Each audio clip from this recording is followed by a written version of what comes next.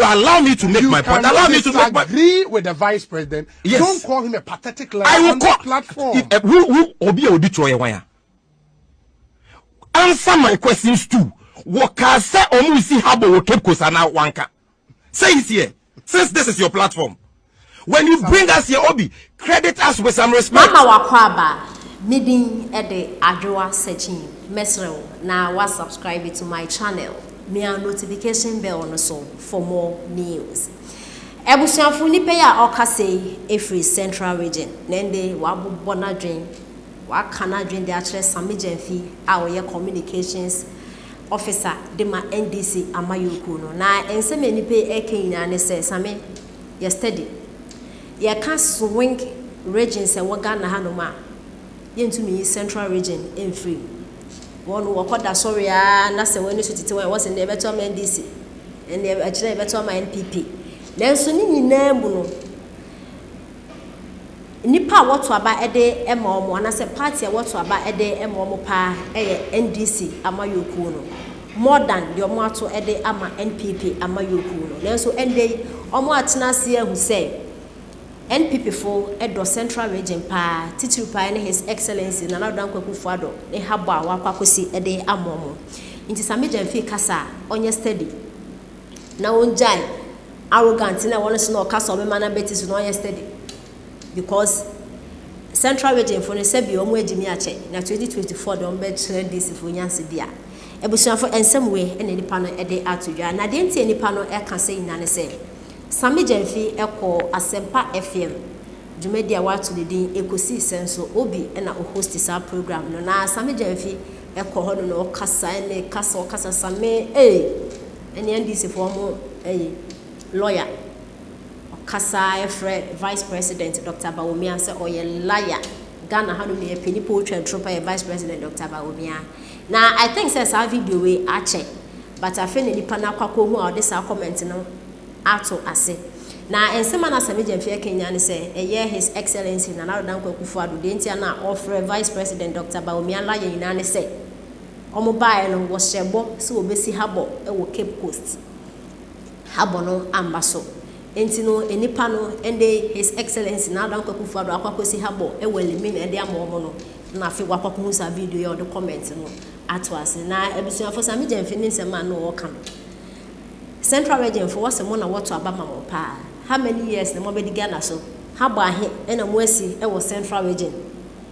Politicians so sometimes mo fire say talk bele papo. Sammy NDC for mo be Ghana so ache pa. How boss ahe na mo asi e wo Lemina. How boss ahe na mo asi dia mo.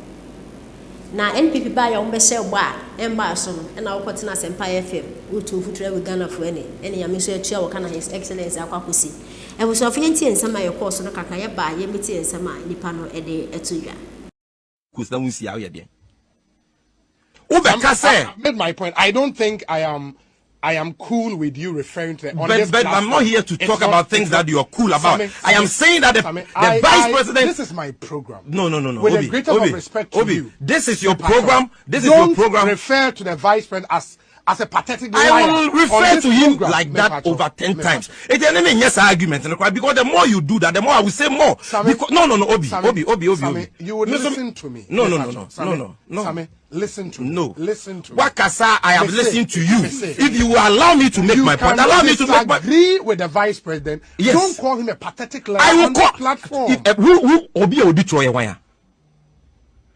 Answer my questions too. What can say omu si habo wo keep kosana wanka. Say it here. Since this is your platform. When you bring us here, Obi, credit us with some respect. Ebusuafo ensem we na ekoso ewo Asempa FM enti ensema nipa no ede etudwa o kire say Sammy Jamfi foolish boy this NDC party people have fooled us for long and we promise to teach you guys a lesson 2024. After all this your useless noise, which party has given us habo after voting for you countless times?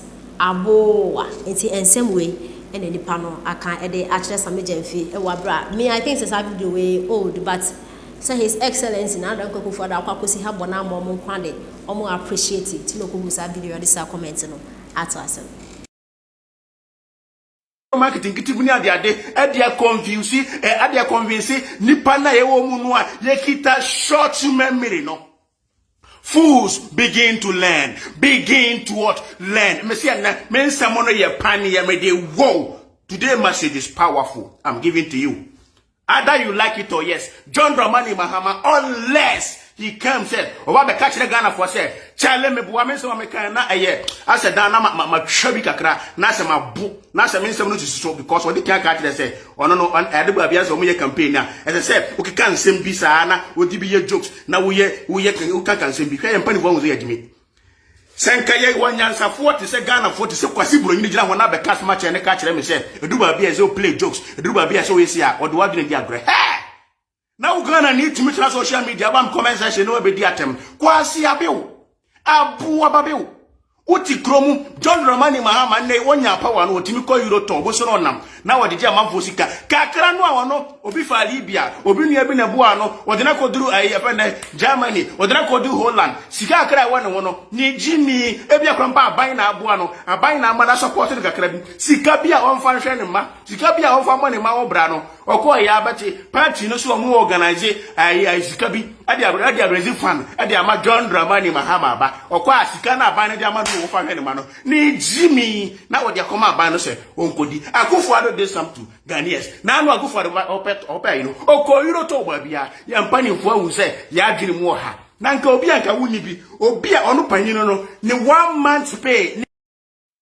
Japan herbasa enfan what is 6 months kura ye be you ba wo Ghana ni a wote wono a wo se o fight for a politician ma bia na no kan kire wo se wo de anka obe campaign no nga wo wusi na adwene kan se mi kan kire Ghana for se chale me ba ma hu se do ma mu nya de but I will try my possible best to face Ghana because Ghana is this state and that but obe wa ka kire se me ntimenya Ghana ni because 4 years is sir na 4 years is sir aja Mahama Mahama ene oma enta for de na mo pe se munti ma ye Ghana yi aja Mahama de na wo pe ye kasa amosi bia ye no binom ye ko hard on our leaders but let me tell you ye mpani no fo ni hia se ko hard on them because they need to listen and grofo mo muso mu hia omo but grofo ya kire ye se omo kura adwin bia omo hu se ye jimi we have short memory se na no kan ye enti wa kan kire wo se wo tuntum ni a wotimi wo dakati ni wa hunu se wo no oba a wontimi mwa o mani ye oba de obetima ya ma se o ma nkukọ buo na wa ye nkukọ se na be ya akukọ no se akukọ no krampoto a